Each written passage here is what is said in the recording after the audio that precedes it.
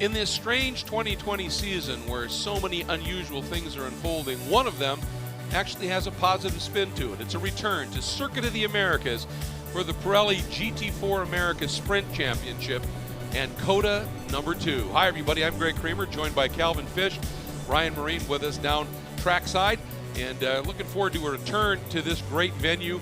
When we came here in March, it was cold, often rainy, absolutely stunning here, beautiful temperatures, and of course a great facility for this championship. Hi everybody, and looking forward to this one unfolding. This is the 12th round of the Sprint Championship for GT4 America, the Pirelli GT4 America Sprint Series. And Cal, let's take a look here at this track. It's a challenge.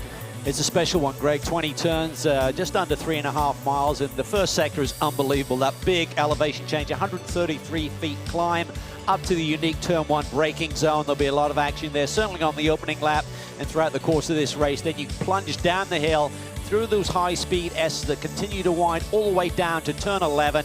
Big brake zone there, good overtaking opportunity. And then you start that long back stretch where terminal speed is certainly very important. Another big brake zone down into turn 12 to finish off sector 2. And then it gets really tight and technical through that final sector. You need good balance in the race car. You need a good balance to keep the tires underneath you as well throughout the course of this 50-minute race here this afternoon.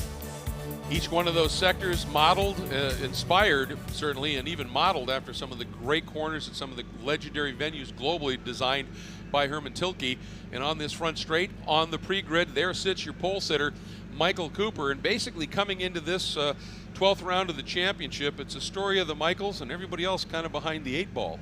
Yeah, 8 ball being 8 wins apiece for Michael Cooper, who leads the pro standings, and Michael Dinan, who leads the AM standings. Both of them put tremendous seasons together. And for Michael Cooper, well, he's got a stern challenge on the outside of him today with Drew Stavely, who won here in the opening round of the championship. So that Ford Mustang GT4 with Ian Lacey Racing and G3 has been very strong here over the last couple of events. Yeah, and they've been able to really hustle it. Drew has really evolved in his first season as a pro. Impressive stuff. There's a look at the 210 of Mike Dinan, that Flying Lizard Aston Martin Vantage GT4. And what a run he's been on. Not just 8 wins in the Sprint Championship, but you fold in what he's done in Sprint X. It's remarkable. Yeah, 13 wins on the year, 5 in Sprint X, including 1 just this morning. So yes, he's fresh off the top step of the podium. And the big news is, though, he will not compete here tomorrow, so he'll be back for action on Sunday for the 3rd round of the Sprint Championship this weekend, but we'll miss all of the action tomorrow. But also put him on the back foot a little bit, because remember, that grid is always set from fastest lap in sprint competition, so he will not set a fast lap tomorrow. He'll start at the back on Sunday. But pretty insurmountable lead, but anything can happen. Still 5 races to go. Well, that's the key. 5 races to go, so something serious happens, it can certainly turn here. A couple of things to note here. Front row, as you'd expect, Cooper and Stavely, the pros.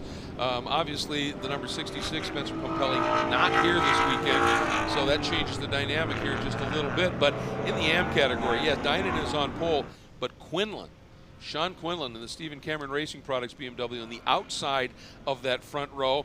And the guy we talk about is one of the great racers and passes more people, always wins the hard charger award. And Tony himself would say that's basically the hard charger award means the bad qualifier award. Not since he's come back. He sits 3rd on this grid, Cal. He does, and he's done 5 races this year, had eye surgery during the middle of the summer there, so when we came back to racing, Tony was not able to, so he missed a few rounds of the championship, but every race he's competed in, been on the podium, including 2 times 3rd here earlier in March. So he loves this racetrack, and I think Dinan's kind of in his own world this year in the M category, but behind him, I think Sean's brilliant qualifying performance. You look at Tony right behind him, and Jeff Burton is always really feisty, and then behind him, you've got Paul Terry, who won one of the rounds here earlier this year. That should be a fascinating battle this afternoon. Yeah, it should be some great scrapping. Let's get down and meet the 3rd member of our team, Ryan Marine. You got an update, I understand, on Michael Cooper? I do, the Black Dog team in general, and you talked about not having their main competition this season, TRG and Spencer Pumpelly here. They acknowledge that. They wish that wasn't the case, but they're still awfully motivated, and they feel like they've got a real challenge for the overall win in hand in Drew Stavely, who was so strong, as you guys talked about, in the season opener here. And same for Tony Gables. Great qualifying effort, but just as a whole, the team was trying a bunch of new things yesterday and really wish they hadn't had the rain that effectively wiped out one of the practice sessions leading up to today. They didn't get a chance to test out the things that they wanted to test out. They gave it a try in qualifying, liked it generally, but just wish they had a little bit more track time. That's kind of a scary thought, isn't it, guys? If this isn't as good as they can be, as well as they qualified, if they were able to tweak on that a little bit for this race, you better keep an eye on those Black Dog players. Oh, yeah, absolutely. And you bring up a good point. But on the other hand, Cal, it's not terribly surprising when you take a look at the brain trust behind the name Black Dog Speed Shop. Those guys, that team is something else.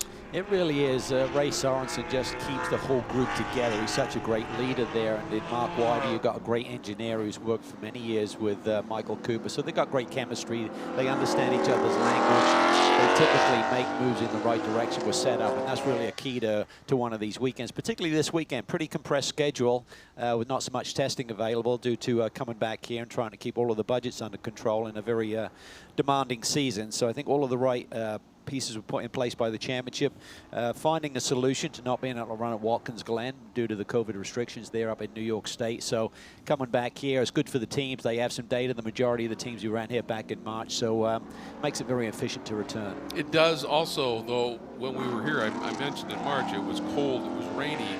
How much of that data translates? Well, you know, it's definitely different. I mean, a hot, typically greasier racetrack, but your basic setup, it should be fine-tuning. It's not like you're reinventing the wheel, no pun intended, when you come back here. Here's a look at those two Reardon cars. Both have been winners this year, as you pointed out, Paul Terry. In fact, right here in that opening weekend of competition back in March, and they are a feisty group. And we've seen this year some really good turns of speed from Mark Lennon in the Premier Cup. Here's SR1 GT4. Fortunately, Road America had that big hit in the first of the triple headers, and that put an end to his weekend. But Mark loves us too much, and he is back and ready to go. And nice to have Jason Hall making this. He made his pro racing debut at Road America, and is back this weekend as well in a NOLA Sport entry, the number 48. So it's nice to see some new faces come on board, and nice to see some of the regulars really ramping up performance, really. Yeah, I mean, it's wonderful to see the progression over a year, and sometimes we see these guys for 2-3 years and how they build their confidence and their skill set. And, you know, people like Paul Terry, I mean, he's always showed tremendous pace, but now he's actually, you know, executing races and putting the points on the board. So there we see the tail end of that Reardon race in Aston Martin. And again, for that group, got these new cars, got locked down, not even allowed to test. And suddenly we get into the middle of the summer, and they're really starting to show their prowess with their setup abilities with that team. And Jason Bell, who has been a very busy man this season. Quiet one for him this week. This is pretty mellow for him, absolutely. And the GMG Racing, Porsche, one of the top AM competitors as well. And you mentioned the fact we're here, obviously, because of some COVID protocols and travel restrictions, as opposed to the schedule around at the Glen.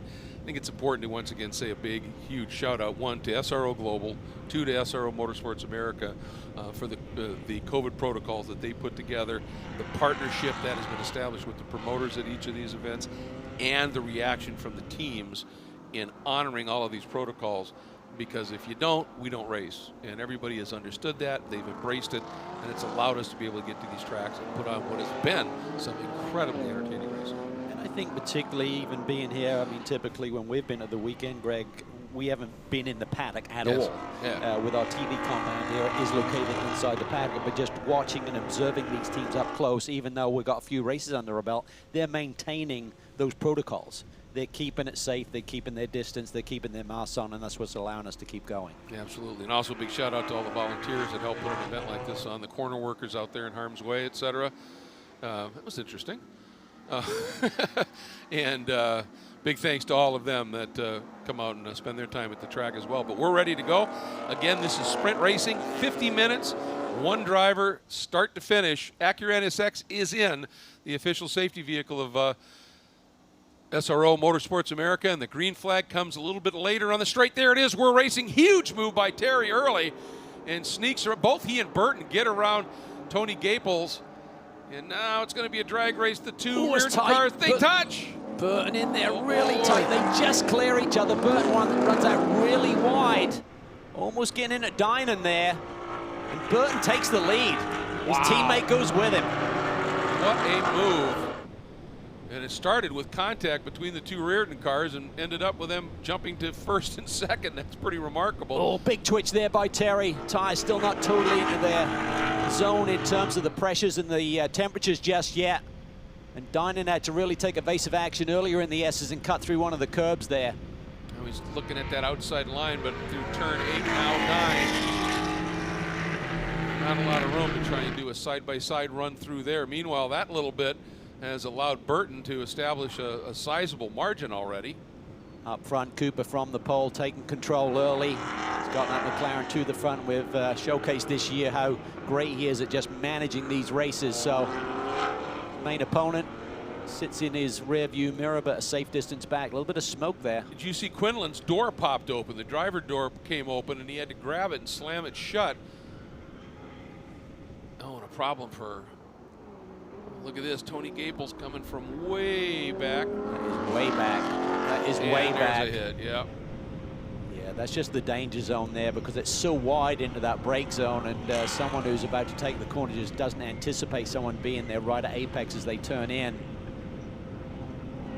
It's a big commitment there from Tony, so I'm sure they'll be looking at that one. Meanwhile, Terry sits stranded. You see the damage to the right front corner of the number 11. Oh, and he's got fluid. Yeah. Yep. That's a shame. That podium run maybe. Yes, certainly. Oh, my. You don't see a lot of those moments from Tony Gaples. He's a pretty crafty, clean racer. And the problem with that is, you know, we've heard talk about it before, is Bell's going to come through as Tony just, you know, some of that water is getting on tires, I think, as well, so he's got to be careful. But it's how you present when you make a pass. And when you're completely out of that driver's mirror and they have no clue you're there, that's the kind of thing that can happen. Tony stays out amazingly. Watch it again, Cal. Yeah, pops out of the draft of Dynan, and he's over on the dirty part of the racetrack, so the car's probably not slowing down as if it's on the line and on the rubber there, and just can't get it slowed down as Paul Terry turns in. I don't think Paul even knew he was there. No. Probably out of the sight of his rear view mirrors. Yep, I think Paul had checked his mirrors. Dynan was there, and no sign of Tony, and that's because Tony was so far out. Tony's got to be careful if that is cut down a line to the radiator or damage the rad. We saw some fluid initially. I don't see any more. That could be bad news, meaning there isn't any more. Yes. Don't need to overheat that engine with a couple of rounds left here this weekend. Let's see. We got Terry has been able to restart and continue. Yeah, I wonder if that left rear corner got clobbered and if it's going to have good handling and alignment. I'm stunned at the lack of damage on the Aston Martin. Meanwhile, up front here, look at this. We're seeing Burton stay right with Cooper and Stavely. Great run there. Then Dynan. And then it's Bell has worked his way up now Really into nice. the third spot. Yeah, very savvy. So Quinlan on the attack. Hopefully that driver's door will not give him any further issues. Gaple's still running. Hopefully he's looking at his data and at his temperatures because there's a lot of smoke coming out of there. That may be bodywork rub though versus any kind of engine issue. It is now Quinlan trying to recover, and he's got to the inside of Bell. Give each other a little bit of racing room, which they do. Yeah. But you notice where Quinlan was, he was much closer to Bell, and that puts him in Bell's mirrors. Tony just came from so far back and on the dirty part of the racetrack. Incident is under investigation right now by the stewards. See what Quinlan can do here with Bell, and one also if that door stays closed. I mean, he exited turn 11, reached out, saw his hand reach out, grabbed the door, and gave it a huge slam. So hopefully got it to latch firmly. Sean is a strong lad, so well, this is true. If he can't get it to shut. This is true. You don't want the hatch popping open. So good battle here. Third, final podium spot in the AM category. Cooper, here he comes again. Let's watch this first of all. This is where you can run to the apex, but it usually means you're pretty slow out of the corner. Jason thought about taking that inside line away from Sean, but gives him plenty of racing room, but just continues on his way, hitting his marks. Just to see what that does for Jason. Not such a condensed schedule for him this weekend, whether he's been putting in some great performances this summer with a hectic schedule, or typically he's been running 8 races on the same weekend. Yeah. And I'll tell you, Clennon, whatever happened at the start, he is now turning laps 2 seconds faster than the group in front of him here. But he's just way back at this stage. He had something going on that opening lap, didn't he? Lost a ton of ground. Just is going to get a drive through for that avoidable contact situation. I'll tell you, with the fluid we saw spewing out, I'm stunned that car is continuing to run. That's still spewing fluid. That's not smoke so much. That's fluid still got. This fluid is going to run out eventually. Yeah. Battle continues down in the brake zone for turn 12. Quinlan gets the run. BMW seems pretty strong on the straightaway compared to the Porsche. Jason thought about the over-under, and Quinlan put that BMW in about the perfect spot exiting that turn. This is a really interesting sector of the racetrack here. I mean, car placement is so critical, but when you set up for this one, turn 15, you're typically leaving that door wide open on the inside. So if you're trying to protect, you're really compromising your lap time and your line around this circuit. But sometimes you have to pinch it in, or as you said, you're way out there and the guy just knifes right to the apex. Yeah, and if you turn in as they're there, typically you're going to get spun around, because they typically hit you right in that pivot point of the race car. So there is Cooper in the number 10 Black Dog McLaren. The white helmets entry. There is Drew in the G3 Racing, Ian Lacey Racing Mustang GT4. Be interesting to see here. Drew could stay within shouting distance here, because he has, like we said, he won the opening round here, his first start as a pro. As we take a look at our race vision, powered by AWS, fastest corner speed at turn 4 in the S's. Dynan has it somewhat comfortably right now. It's in the AM division. All of those are AM drivers we're looking up there, Yeah. not comparing Cooper's and Staveley's trap speed times. It's through turn 4 in the S's, running good winding speeds up. Burns doing a nice job here hanging on to this lead group, but leading in the AM division. There is Dynan. This would be, I'd have to say, an upset on this year if Burton could continue to control this pace at the front. Looking at their fast laps so far, they're pretty evenly matched. Burton just a 10th quicker than Dynan right now. Burton did get the win at Sonoma, Did. so he has tasted that victory champagne, and he's certainly capable of it. But to see this kind of a margin, that's more the surprise here, I think, over Dynan, who's just been so strong. And when you take a look at the qualifying times, Second up on the, yeah. Dynan was on the pole by just under a second, and Burton was a good second plus off of the pole. So again, it's a bit of a weird weekend. Some teams lost some of that vital dry running with the rain here yesterday, so that could have had an effect on qualifying here earlier today. And it was a pretty tumultuous storm that rolled through. It was delayed everything for a while. And as things are settling in just a little bit, see if we can find out what's unfolding from some of the teams, Ryan? Well, it's been busy down here, guys, that's for sure. Number one, we expect Tony Gaples any minute now. I haven't had a chance to check with the team about what they think might be causing that fluid spray that you've been talking about, but that car should be coming to the Black Dog Speed Shop crew's attention here shortly.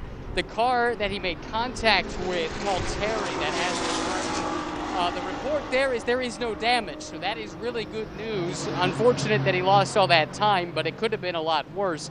He was able to continue on. And I think you mentioned earlier that Mark Clinton got off to a slow start. Evidently, that was some kind of electronic issue.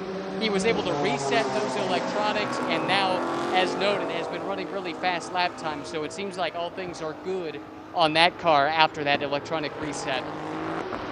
All right, thank you very much for clarifying all of that. Yes, indeed. You know, the problem for Clennon is he just ran a lap at a 220 compared to Hall's 225, but then you get behind one of those guys, you're going to run their lap time until you can get through. And, you know, for Clennon, that's been the one issue. You know, yes, he did have just the crash, obviously, at Road America, but they have fought some electrical gremlins in that car that has just had the car just sort of randomly shut down on them a few times, and it's got to be massively frustrating. Here's Gapel's car. And there you see the fluid pouring out. I think that's going to see any further action here today, Greg. No, I just can't see. I'm stunned it made it as long as it did. I did too. There was a lot of laps to put on the board with it. That thing. So now Clennon is through on Gannett as well. So here's the story. He's got 11 seconds to that he'll need to make up to get to Bell. And if he can do that, then he's in with a shot at a podium here. But he's got to start throwing down some of those laps again. And the problem for him is Bell just ran his personal best at a 220. And Clennon's personal best is a high 219. So now it gets a little more difficult. Yeah, Jason keeps trimming his mark. It seems consistently lowering his fast lap time. So he's in a good zone right now. And coming up now, catching these guys fairly quickly in the back. There he is Paul Terry. He too is running laps a few seconds quicker than these guys are. Even hard to believe there was no damage. I thought there might have been one of the left side wheels might be knocked out of alignment, but not so. Now we know the Aston Martin Vantage GT4, sturdy bit of kit. It is. Fast bit of kit as well. Yes, it is. It's absolutely flying right now in the hands of Burton and Dinan, and certainly Terry as well. Stavely's about a second back, and he's been there right in that window for a while here. And of course, in the third of the races at Road America, Cal, Michael Cooper, he said, I didn't have the speed, the pace to run with Drew and Spencer in the early laps, and he was so disciplined, sat back, saved his tires, and then came on like gangbusters late. Does Stavely now, does he, as a new pro, he's a savvy racer, this is his first season as a pro, did he learn from that? And is he going, I don't want to go out that hard, I'm going to see if I can hang back and then have something late? Well, it's pretty much a two-horse race, so it's a real chess match here, like almost match playing golf. You're not thinking about the field, you're just thinking about your main opponent here. So he's not got Spencer Pumpelly in the mix, which we're used to, do you know what I mean? It's like you're looking behind and looking in front. So he can just totally focus on Michael right now, seeing where his car looks strong and trying to keep the tires underneath it. So we know that car is fast here, is really quick here in March. I mean, he was disappointed not to sweep the weekend, Drew Stavely, back then. So it's a good car here, but things have changed. I mean, everyone's evolved throughout the course of the championship season, found some tweaks with their race car, so the bar has been moved a little bit. Just in case you're new to seeing Pirelli GT4 America competition, that flashing panel in the upper right of the windshield, if it's flashing, it means you're leading your class. And it flashes at 001 indicating position 1, but then it also flashes the driver's code. If you're not leading, it just is on constantly, but same data, it just switches between class position and the driver code, and it really has been a pretty cool development for fans at the track. So we don't have any here this weekend, but at Indy, they'll be appreciating that when we get there in 2 weeks' time. Yeah, looking forward to that. It's going to be great to see these cars run at that illustrious racetrack. Lots of action going on, including the 8 hour as well for the IGTC competitors. Yeah, in this weird season, it's become the second round of the championship following Bathurst. So look at this scrap here. This is for the final podium spot. That orange and blue BMW from Steve Cameron Racing. Sean Quinlan has it, and Bell in the 13 Angry Men Frost NYC GMG Racing Porsche. And it's an interesting dynamic. That margin has rarely gotten up over half a second. Sometimes it's a really close half a second, and sometimes a little more distant. And it's just the different parts on these tracks where each of their car has their strengths. Yeah, I mean, I think the Porsche is a little bit more nimble, seems to have a little better platform in some areas of the racetrack. The BMW is just a strong car, and you know, I think it's really well suited to all of the circuits. You very rarely come to a race circuit where the BMWs are out to lunch. So it's one of those great race cars where it seems to have a big, wide operating zone, so you can go for a championship that way, because you're not going to know we've got to throw away a couple of race weekends because it's not suited. And I think the compliancy over the curbs that you need to use here without exceeding the track limits is important as well. Well, and having that big operating window when you're talking about a category where obviously you've got pro drivers, but you also have a fair number of AM drivers involved. The bigger the operating window, the better an AM driver is going to adapt quickly to be able to get in and go quick, and makes it an attractive package. It does. It's not, you know, you don't want a car that's edgy. You want to have good balance, because, you know, whoever's driving it, tire degradation can always be a factor if you have an imbalance in the track and in the car, and particularly at certain circuits which have high tire degradation issues. So balance is key, but you need it to be comfortable. You don't want to be up on the wheel all of the time trying to catch it.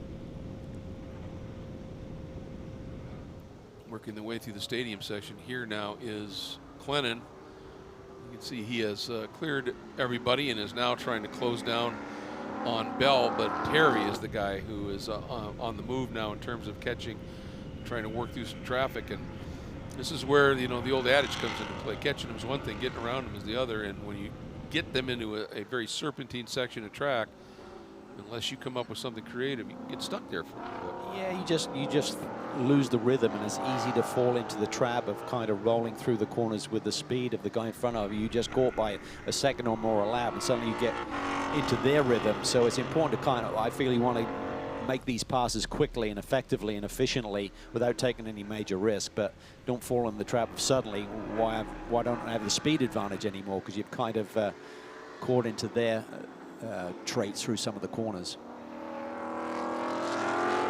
Got to the, oh, nice run there. See if he can do anything with it up into turn. Well, you talked at the top about the 133 elevation change, foot change here. It starts right where that pavement change is. It happens in that short a distance. It's not like that whole front straight just casually angles upward. It's abrupt. It really is, and tell you what, it seemed like the Porsche actually pulled the Aston by about a car length there, so Terry went to make the move and had to pop back into the draft there to get that effect. He should clear him here. It's going to be tight. Jason Hall giving him lots of room.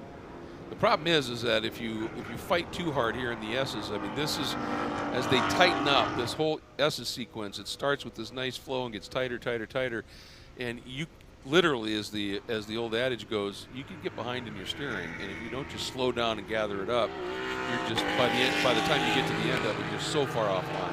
Yeah, you need to blend back in. It recognizes you're getting off the line through there, and just blend back into it, give up a little bit of speed and get a reset going. Otherwise, as you say, by the time you get to the end of it, you're way off mark and just scrubbing tires and losing speed. There's that key exit out of turn 11. And so many of these corners, you know, the exit of 11, the exit of 20, to a certain degree 1, it's all about the entry in there because they're just so wide, and it's easy to overcharge it, and you've got to have that sort of slow in, fast out discipline that not everybody can muster sometimes. That's right. It's just I find this very much a rhythm section through here, and just really being disciplined with your line. It's so easy to overdrive the car through here and be ineffective with your lap time. So just got to really feel the grip in the race car, make sure you hit your marks. But as I said, it's not easy when someone's in close proximity, because to run the perfect line and the most efficient line, you're opening up the door in a couple of spots. That's why they hold the races, because otherwise it'd just be qualifying. Just find a gap and drive the absolute perfect line. And the subtlety of the elevation here really brings a lot to the table as well in terms of the challenge of this race circuit. I love the flow down through that triple right-hander, 16, 17, 18, down into 19, and then the quick burst of acceleration before you hit the brakes relatively hard for the final corner. Well, and 19 is one of the trickier corners, because as you come out of that, as you said, that downhill run, the apex at 19, in most cars, you don't see it until after you've committed to it. And if you miss it a little bit, there's a ton of runoff out there, but it doesn't necessarily mean it's going to be fast. Let's watch this here. The exit. Woo! I believe that has given it It's an Aston Martin, so we can say it did well, can't we? Certainly can. That was pretty. Not always fast, but sometimes fun to watch. There's some Pushing pretty it. exciting things going on with the Aston Martin brand as well, with Lawrence Stroll now involved with switching their allegiance from the Red Bull team to Racing Point for next year on the Grand Prix grid. So lots going on with the brand. Lots of great cars in production as well. Nice move there into 11. Now the question is, this is that fast in, slow out scenario, and you can see Terry just overran it a little bit as he dove to the inside, and Gannett gets that run back. Here's our Race Vision powered by AWS, fastest speeds in the straights, and Gapel still holding on to it, 155 miles an hour. That's moving. Yeah, Tim McLaren's looking pretty strong, as they have all season long, showing pretty strong trap speeds and a good balance through the remainder of the track as well. Quinlan's BMW not too far behind. Porsche's giving chase. That trap speed is on the approach to turn 12 down that back straightaway.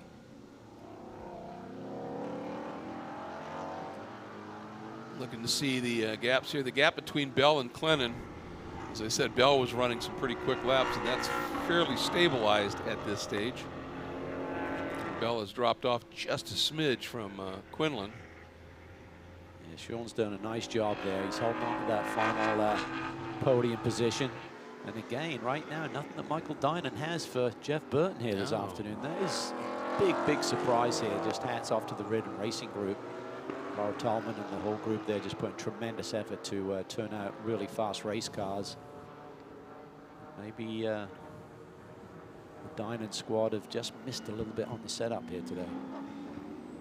Well, that Burton team, or the Ridden Racing team, with Burton in particular, they had somewhat of a fraught weekend at Road America, and but sometimes from that kind of adversity you find strength, and in getting those cars back on the track, getting a car ready to continue to compete at Road America, and then having that little bit of a break to come here. And this is a track they've had success on in the past as well, and certainly pretty impressive here right now. Paul Terry in that Paul Terry trucking car, but I'll tell you, I'm impressed with what Frank Gannett's doing. Yeah, he's another one of these drivers. We've spoken about it many times today in terms of watching drivers evolve and improve, and Frank's really doing a nice job. He's got really racy. His lap times have improved considerably since we first saw him start racing at this level. Now he's a good racer too. He likes to get up on the wheel and get his elbows out a little bit. This is when Terry made that big move last lap into 11, and just watching Frank just counterpunch, come down underneath. I think Frank feels a little bit of unfinished business here. If you remember here in that first race in March, he had an off and got into the barriers in the S's here. Ooh, Terry laid on the brakes here down into 12. Yeah, didn't totally commit initially, and then just he was waiting for the language from Frank in terms of where he was placing his car if he was going to try and turn in, and realized he could just stay off the brake pedal a little bit. But that car is super twitchy when he tries to really go for a little bit more. It doesn't seem like the car is quite underneath him. Keeps losing the tail of it. Well, maybe there's not obvious damage, but maybe the toe got knocked out just a little bit. That's a good point. I thought that left rear could have taken a little bit of a hit there. Meanwhile, Cooper now, well, he had that margin up to over 2 seconds, and now Stavely's trimmed it back down to 1.6. Only for Michael, he's got the fastest lap of the day so far, so that will set him up nicely for the pole for tomorrow.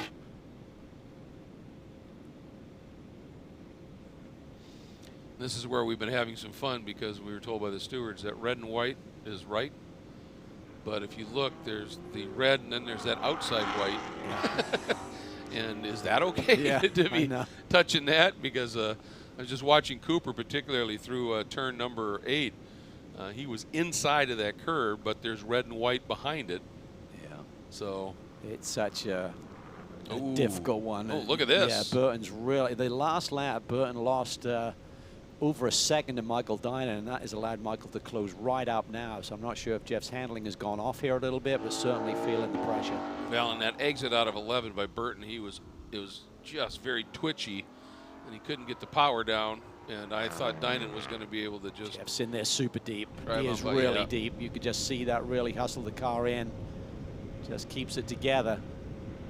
Michael just needs to be patient here. Yeah. I think he's got the pace in the second half of this race as we just hit the 25-minute mark to maybe make some moves and get another win. You know, Jeff is not afraid of a fight, that is for sure. No, he is one feisty character. And when he's on, he's fast, and we've seen that here today. But Dynan, one thing that Dynan has shown, along with just his raw pace, you know, you talked about his racecraft coming along, and he's got Robbie Foley in his ear talking to him and everything. But Dynan has shown a real ability to be easy on tires and really manage them a little bit to have something left for later in the race. And you know, maybe Burton took off in that big run early and used him up a little bit. Yeah, it's quite possible. Again, it comes down to sometimes what your starting pressures are. If you start them a little bit higher, that'll give you the energy and the grip and platform in the early laps, but then it's possible for them to peak and just get outside of the threshold that you want to keep them under. Conversely, if you start them a little bit lower, you may be getting into the point of the race where your car is coming alive. Either way, it's livened things up for us here. This is a great battle. It absolutely is. See the way that it's so unique how every driver seems to have their different way of attacking these S's in terms of how much curb you use. And it's interesting, those, as you call them, the sleeping policemen, the orange things that pretty quickly start to get covered up with black tire rubber. They have an even taller version of those that they have elected not to use, which I think on some levels is a good call, because those taller ones, we have seen that. Whoa! That is really laying the rubber. Holy cow. I know he wanted to get over and protect, but that's... Yeah. This is just an absolute drag race here. He does have the inside, Burton does, and that Burton Lumber reared in Aston Martin, but look like Dynan knows enough ahead here. Oh. Indeed. Not sure Michael can quite clear him again, so I think Michael is just being super, super patient here. Just trying to pick his moment, and there it is. Boy, that was pretty. Watch it here, though. This is the one you got to defend. Just get through this. Just try and hold him back there, and then try and get back into a rhythm, hit your marks. And if you have an advantage, try and show it right now. Escape. Yes. There's that. Just falls gently down. Exit 18, set up here 19. Really, we've spoken a lot about the job that Michael has done this year, and certainly his teammate in SprintX, Robbie Foley, and the mentoring and the tutelage that he's given, but also to the Flying Lizard Motorsport Group. Oh, yeah. I mean, Jim Bell, in terms of engineering this car, has just done a brilliant job to really get on top of this car early in the season, and with the resources and the experience they have there to just really give Michael all of the tools that he needs here to showcase what we'd seen before, Greg, just immense pace, but his racecraft has just gotten so much better, and his confidence is sky high right now. And I think a part of that as well is Darren Law, who is a very, very talented driver, who is the team principal. And you know, when a driver goes to Darren can look at it from a variety of different perspectives, can't he? He can look at it from the setup and engineering, he can look at it from the driver, from management, from the whole deal, and be able to sort of cut right to the issue. And as you said, with that amazing cadre of technical staff underneath. Yeah, it's really the crossover from the K-Pax group that are no longer competing here on US soil, but certainly competing in SRO competition over in Europe. Just great strategists, engineers, just a great group, so much experience to draw from. Well, then, Ryan, we watched Michael Dynan drop back just a little bit, then work his way forward, and now he's back in a place he's pretty comfortable in. Yeah, really remarkable to see his development year to year, and a big part of that has been the driver coaching he's been receiving all this time from Robbie Foley. His co-driver in Sprint X competition, he was coaching Michael through all of that. My understanding is he is somewhere on top of the pit structure and actually radioing to Michael various coaching tips and doing a little bit of spotting as well throughout the course of this run. really a helpful bit of advice to have in his ear, a guy who's driven this car here this weekend as part of the Sprint X program and has been along with Michael all throughout his evolution as a race car driver. Really impressive and a really big helping hand. This relationship between Michael and Robbie has been a fruitful one here over the last few years. Oh, very much so. And I think, you know, every once in a while, you know, you're in a battle, you just want it quiet and you're just focused. But, you know, when you're back a bit or you're charging, you're trying to work something out, to have that person, one, that you trust immensely, two, when you're getting up on it a little bit and getting wound up, can be that calming influence and go, no, just keep your focus. This is fine. Here's what you need to do. That could pay massive dividends. Yeah, I think it's just having that big picture perspective, you know, so if you've had a bad start to a race or the car isn't working exactly how you want it, just keeping calm and just saying, listen, Michael, there's 30 minutes to go, there's 25 minutes to go, whatever the case may be, and just stay focused here. But having said that, I mean, Jeff Burke, we know what a fighter he is. He's not letting this AM win getting away easily, even though his car looks to be a bit more of a handful than Michael's right now. Yeah, he is just hustling it. Absolutely. Saw a shot just a couple of minutes ago. You can see Cooper has opened that margin up in the overall and pro battle to almost 3 seconds over Stavely. But this one is mighty compelling. For Michael, I mean, you're coming in this weekend, you know you've got a little bit of damage control to do in terms of missing Saturday's race and consequently starting from the back of the grid on Sunday. So I think it's important to get a good solid result. Win, yes, you want to maximize your score, but if you suddenly get into it with someone and you have a bad first day, you got 0 points the second day, and you start from the back of the grid on the third day, that 67-point lead, despite a dominant season, could get erased pretty quickly. The one thing that's helping him out a little bit is the fact that Terry got involved in that incident with Tony Gaples and is sitting in the 6th spot. He's 6 seconds adrift to Clennon, which would get him up into 5th, and any points help here. But it's certainly, I'm sure, not lost on Dynan Foley and the Flying Lizard crew that the guy that's closest to them in the points is a ways down right now. One thing we failed to pick up on at Road America, Greg, was the fact that with his Sprint and Sprint X wins, Dynan won 5 races in one weekend. I'm not sure anyone has done that in the World Challenge and SRO competition over here in the States. So it takes you back to the Bill Oberlin days when he'd be running a couple of classes and creating some clean sweeps. But to win 5 in one weekend is just a big statement. I think that might be something, yeah, very, very special indeed. We've been doing this a long time, and I don't been able to say that, so that's pretty remarkable. And had they not had that weird electrical scenario where a piece of debris, it could have been 6. He could have swept the entire thing. So, really impressed by the run we're seeing here by Quinlan. Yeah, he's just gradually stepped up a little bit and inched away from Jason Bell. So that final spot on the podium looks pretty safe right now, but still a lot of time on the board. Yes, there is. 16 minutes. And his confidence had to really be high at the end of last year for he and Greg Leafouche to win that Sprint X championship title and put in the performances they did throughout the second half of the year. I mean, they literally came from nowhere and just went on a tear. And ran down the team that had just absolutely dominated the first half of the season. And yeah, Greg Leafouche was an immense talent, but Quinlan was up to the top level AM moniker, and very impressive. And you know, VIR this year, he got in a big incident in one of the sprint races. Actually, he had to step out of the car for a race or two that weekend, and came back and didn't miss a beat. Yeah. So I mean, and oftentimes if your confidence is low, then you have a wreck like that. It takes you a while to recover, and I think you're absolutely right. What they achieved last year has rippled through this year in a lot of different ways. Speaking of confidence, the other Michael is just inching away from Drew Stavely. So I think if Drew had anything for him, certainly at this stage of the game, as we get towards the final quarter of this match, as Cooper's into that comfort zone where he really doesn't have to worry too much.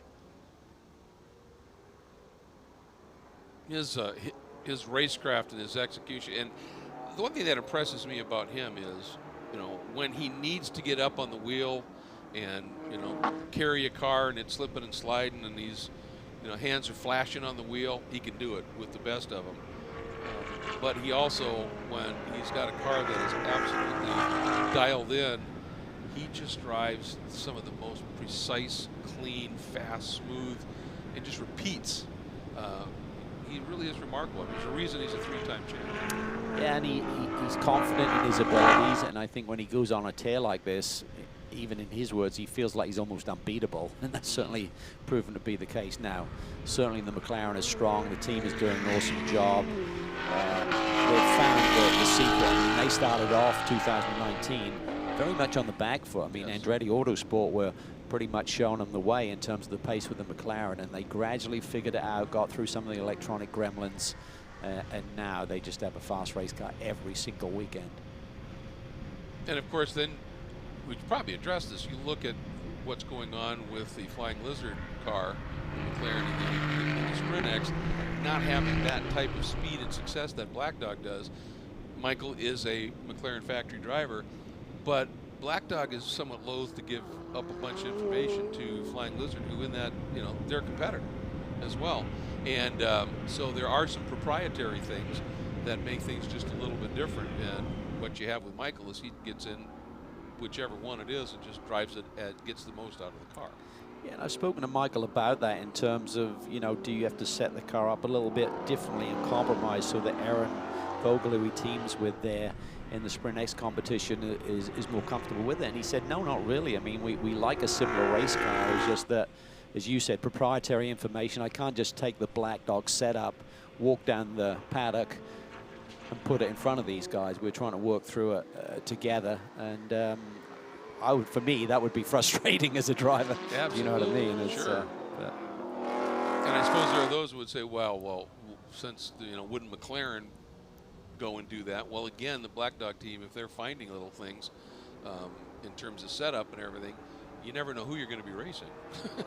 And yeah, we'd like to keep that in our own data book. Thank you. Having said that, I think the Flying Lizard group with the McLaren and Sprint X competition are starting to get stronger each weekend. Agree. They had a really strong run earlier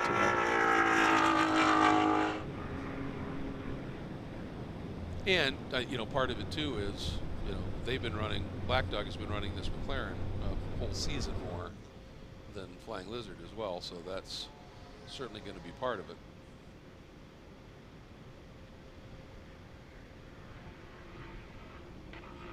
See, they're basically in the grass. That's there. what I was saying. Yeah. It's on the red and white. It isn't curbing red and white, but yeah. I think at the end of the day, it's hard pavement, and I think the stewards are pretty cool. Everyone can see it if everyone's able to do it. Yes. You know, it's easier to let everyone do it than trying to police everyone. It's such a massive circuit to get the consistency yes. with the reporting. If you don't catch it on camera or you don't have a corner worker giving you that observation, it's really a monster of a circuit to try and keep everyone under control. Yeah, I would agree. And, you know, there's the old adage, was it Mario Andretti who said it, if you don't want me to race on it, yeah, don't pave it. Don't pave it. Yep. And, you know, in that corner in particular, I don't think, you know, if everybody does it, you're not dropping tires off in the grass and the dirt. And certainly, I think it's acceptable there. Well, I think it's just a consequence. We talk about these new circuit designs and the massive runoff areas. We're looking here, coming through this triple right-hander. It's made it a lot safer, but conversely, I'm not sure if you watched it last week's Formula One Grand Prix at Mugello that had gravel traps, and that was the way of you used to police it in the old school days. So it's just a very different way of approaching a racetrack.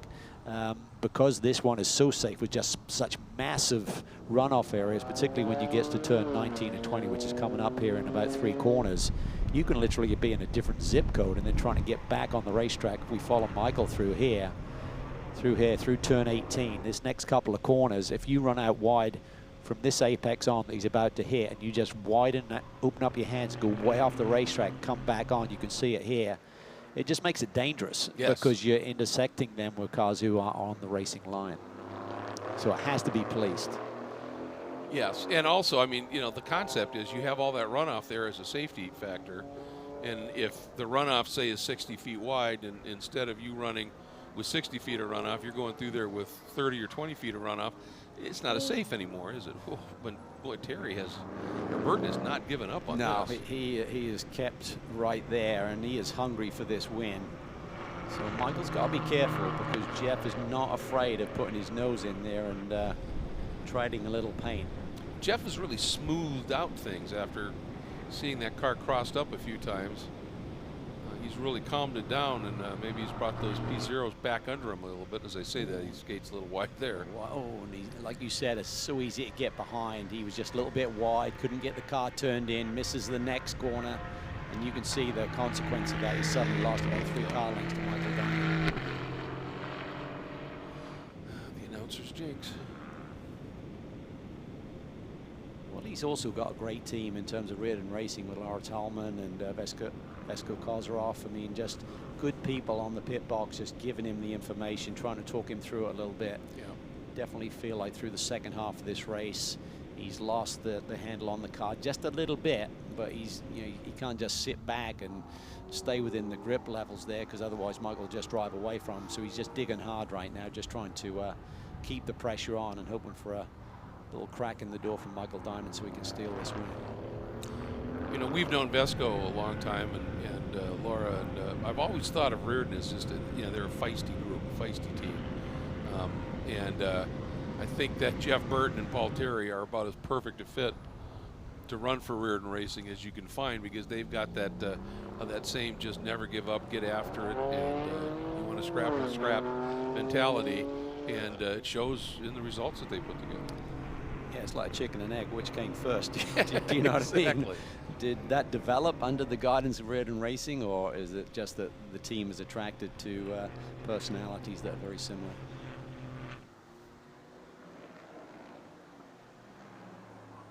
Just watching Burton's line, he smartly, when he runs a little wide there, he doesn't try and cut back and scrub speed. He just straddles those curves and then continues on. Really the key for Jeff is just really managing the throttle control coming off some of these tighter corners, and just feeling the grip level and applying the power to not just kick the rear end out and just overheat those rear tires, because that'll just have an effect for the rest of the lap if you continue to do that. Meanwhile, Terry has closed up on Clennon. He's got it down to under 4 seconds right now. Quinlan has opened it up to about 8 seconds over Bell at this stage, so he's got a nice little comfort margin. And about the same from Bell back to Clennon. And Terry is just took another half second off on Clennon, so this top 5 is not exactly locked yet. All right, fastest speed on the straight. Race Vision powered by AWS, and look at that, the two McLarens of Gables and Cooper virtually identical. Yeah. There you see the gap between the McLaren and the Porsche, even hand to hand with Gaples and Jason Bell. There is a solid 4+ miles an hour. Here, Drew Stavely just does not quite have the answer to Michael Cooper's pace here this weekend, at least at the start of this weekend. Get 2 more cracks at it. And as Ryan alluded to, they went in a certain direction, was set up, and that got hurt a little bit with the rain here yesterday, and it's a compressed weekend schedule as well, so it doesn't help matters if you come in and you clicked into something at the last event. Let's try that here, and then suddenly you don't have the chance to really, you know, figure it out and make those final tweaks. Such a unique brake zone up there. I mean, when you do decide to get on the middle pedal and slow it down, it's like someone throws a parachute out the back. Retardation as you climb that hill. Brake's so late up there, even in one of these GT4 cars. And conversely, if you overshoot, the track flattens out, and suddenly you're light, and you just go, nothing's home, and you go skating off. So, I mean, it's, in a way, it's kind of like a turn 6 at Road America, where you're braking right as it starts to flatten out. Yeah. Totally agree with you there. Yeah, it is. I mean, it's nice because, you know, unlike Road America, you've got a lot more run off-road there. So finding that sweet spot and determining, you know, how late you can break up into that corner and get away with it. You can keep playing with it until you figure it out. Road America, a little bit more old school, a bit more consequence up there.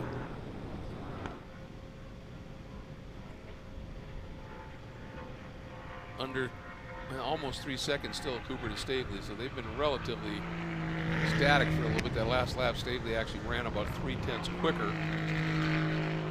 And well, Terry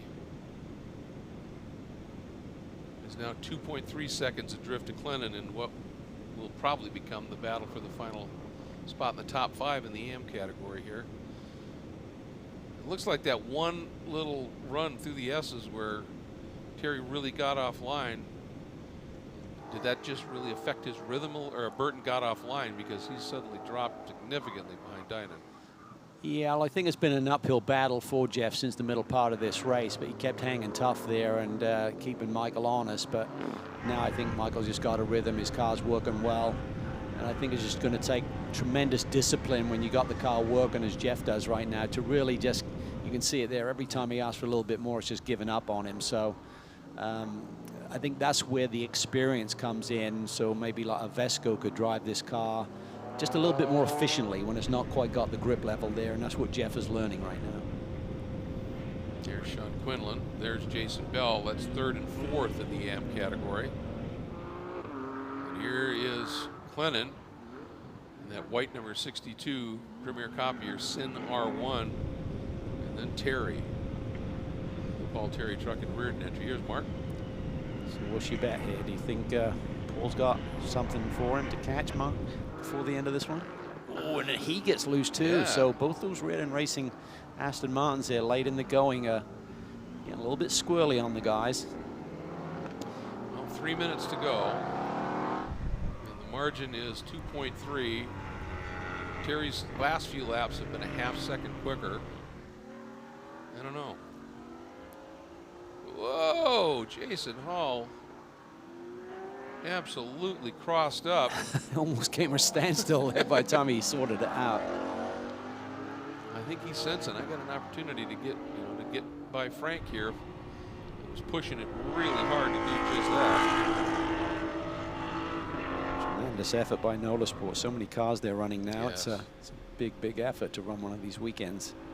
This is Jason's 2nd professional race weekend. He ran 2 of the 3 races in this category at Road America, and now here. He's done a fair amount of club racing. His coach is Jason Hart, who is the house coach for NOLA Sport. And so we've really put a program together where I've been doing lots of races and club racing, but a lot of coaching, working on racecraft and getting ready to try a little bit of pro racing, and we decided to come and run the last few this year in preparation for a big run next year.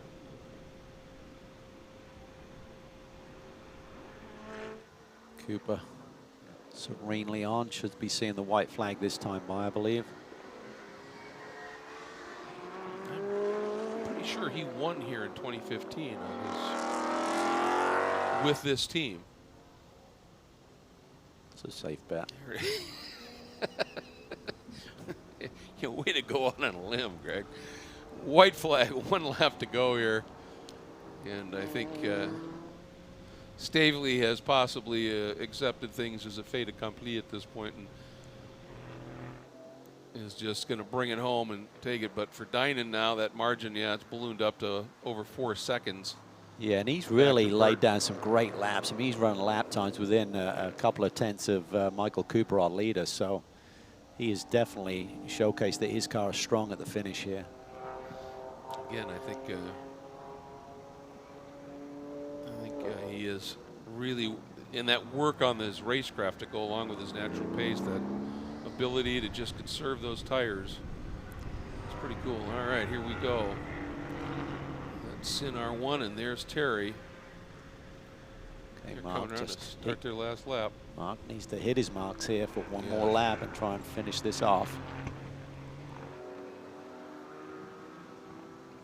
These are those pressure moments that it's all about the learning curve for Mark Clennon here. Driven a great race, 1 lap to go. Yeah, you got somebody who's won a couple of races this year right behind you, but you've shown the pace and ability to bring it home. Looking at their Terry definitely has more pace right now. He just took another big chunk out of Clennon on that last lap, but 1 to go.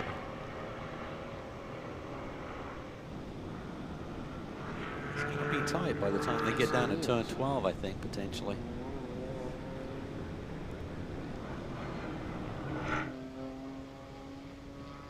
If Terry can just not let the car get away from him here and not let it slip and just be efficient. Oh, he dived in there big time and had the grip to do it. Yeah, I think Wow. Mark slipped a bit coming through the previous couple of corners and lost all of his momentum. Meanwhile, here we go.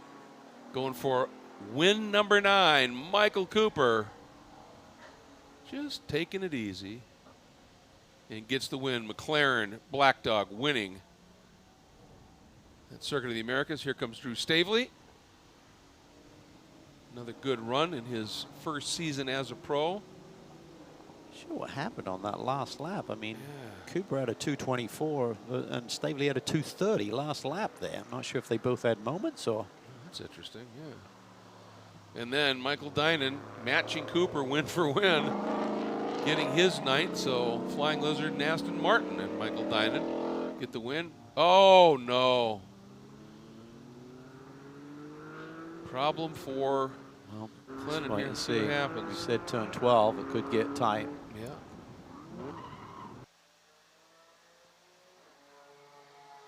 It just doesn't have all the electronics that a lot of the other GT4 cars have, so he'll be frustrated with that one. Yes, he will. Yes, he will. And for Terry, that's going to promote him to 5th. And you'll hear that chatter there. He is still after it. But again, in terms of that points with Dinan and that battle with Dinan missing around and having a problem at the next race in terms of where he starts, for Terry, this 5th place finish and that fight back could be crucial. Yeah, he needs to maximize the score tomorrow, have a good, strong run, good start position for Sunday, and somehow make it interesting by the time we get to Indianapolis. Yeah, keep in mind, after that moment early, he was at the very back of this field, and that was a great comeback drive in that Paul Terry truck in Reardon Racing Aston Martin. So, CrowdStrike fastest lap is the 2:17.560, turned by 1M Cooper. Nice lap from him, and in AM it's actually Jeff Burton with the fastest lap. So even with Michael Dinan, he wouldn't have been able to take it if he had grabbed the pole. He didn't grab the pole, and Jeff Burton will have the lead spot for the AM class tomorrow. There's no question that Jeff Burton was on form here today. Showed some really good pace. Taking a look at the provisional results.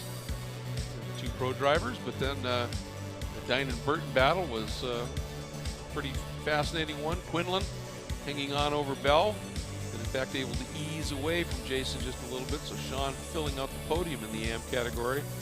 And that comeback drive by Paul Terry up into the 5th spot, and Gannett and Hall both getting by Clennon. It looked like he really struggled to get that car restarted. So, but you pointed out that that Sin just doesn't have some of the driver aids, does it? So it's well, the team made that choice of chassis based on the fact that they really felt that Mark was leaning too much on the electronic aids and wanted him to develop as a driver by having a car that didn't give him that support system. But obviously Lear on the last lap with the tires not given their full amount of grip, just got a little bit wrong down into turn 12, unfortunately. Take a look at some highlights here from the 12th round of Pirelli GT4 America Sprint. From the overall pole, Cooper into the lead, but the 2 Reardon Aston Martins actually giving each other a touch. They got down in there, and everybody fanning out wide, which allowed those 2 leaders to just go. But pole sitter Dinan got sort of swallowed up there. Yeah, I think the 2 teammates pushing each other ultimately gave them the lead point in this race. Big twitch there from Terry. Dinan trying to figure out a way through. couldn't make it work at this point. Then this moment is Tony Gable way to the inside, carrying ahead of steam. Paul Terry had no clue he was there. Contact, and another angle on it right there. And take a look at that right front corner of Gable's car. Started to spew some fluids. He would end up parking. So Paul Terry then mounted a charge back to the field. First coming up, getting around Jason Hall. There's a nice drive by Paul Terry and getting that final top 5 position on the final lap. And Burton had gone out and opened up a fairly sizable lead, but Dynan, as Burton was giving it monster throttle here, ran him down, and at the end, well, this was a problem because he had a slow lap too, but I think he was just celebrating with the crew. And then this moment, as Lennon locked up trying to defend the back end, snapped around, and he dropped down the order just a little bit. So Cooper getting the win, Dynan getting the win in AM, both of them their 9th win of the season. This is going to be a special year for each of them, regardless of what happens. It is, and with the triple header weekend, we'll have to wait and see on Sunday if we're crowning them champions a little bit earlier in the season than we anticipated. Certainly possible. It is. So that's pretty remarkable here. As you said, we've got, what, 4 races left? So that says an awful lot about the seasons that those guys have put together here. And I believe we have somebody standing by with Ryan Marine in the victory circle. Indeed we do. We've got Michael Cooper for the 9th time this season in Pirelli GT4 America Sprint Competition. You're in victory lane. How good was that race car? Over the course of 50 minutes, it didn't seem like there was much let up at all. No, there wasn't much let up at all. Drew was right up behind me until the last lap there, and I was friggin' pushing, but the tires were going off a little bit, and I was just doing my best I could to manage them, and you know, lucky to come out a little bit ahead today. What did you learn today that you could apply to the rest of the weekend? I think tomorrow morning will be a little different with it being a little cooler out. You'll be able to push a little bit more and keep the tire under you a little bit better, which generally suits the other guys a little more. But, you know, we'll go back and work on this thing and make it even better tomorrow. Black Dog Speed Shop guys are always great at that. Congratulations on the win. Yeah, thank you, Ryan. Yeah, Ryan mentioned it before. To work on it, make it even better than it is. It's somewhat of a chilling prospect. Yeah. Well, you realize it's going to be a slightly different track in the morning, so you've got to compensate for that. And Staveley wasn't a million miles away. You look at his best lap, it was about a 1/10 of a second off. So he's right there. If they improve the Mustang, and if you stand still with your race car, suddenly you're on the back foot. So you have to keep pushing. Well, and I think Michael brought up a good point, too. Tomorrow's race is in the morning. It'll be cooler. It does help out the other competitors sometimes, and they've got to keep chasing things just a little bit. Meanwhile, another 9-time winner this year is with Ryan. Tell you what, it's been a phenomenal season, both in Sprint and Sprint X for Michael Dynan. And Michael, you had to earn this one here today. Take us through the battle that you had with Jeff Burton to take the lead in class and how you held on to it from there. Yeah, so it's quite hot out there on the track, so Robbie was just telling me to take care of the tires. First few laps after Burton got away, because I was behind the Terry and Gable's collision. I wasn't really gaining on him, but we just tried to take care of the tires. I eventually reeled him in, and then we had some nice wheel-to-wheel racing. Jeff did a great job, kept it clean. We're side by side through a few corners. It was a blast. So then I got out in front and just tried to keep it there for the rest of the race. So overall result, definitely what we had hoped for, and I'm not sure, but hopefully possibly clinch the championship. I don't know. I haven't crunched the numbers on that yet. We'll let you know for sure. And certainly by the time we get you back on Sunday, we'll have an answer for you on that. Unfortunately, we won't have you tomorrow. Looking forward to seeing you, though, on Sunday. Same. Looking forward to Sunday. Thanks, Ryan. Thanks, Ryan. Yeah, just an absolutely great run. And, you know, Ryan brings up a good point. Due to some personal commitments, he's not going to be able to be here and race in that second race. He'll be back for the third race, and that's where that whole championship scenario could take a little bit of a swing. As well, I'll tell you, that is one great view from up on top of the big tower here above the amphitheater at Circuit of the Americas. And great to have you with us here for this 12th round of the Pirelli GT4 America Sprint Championship. More to come tomorrow. We look forward to having you back with us then.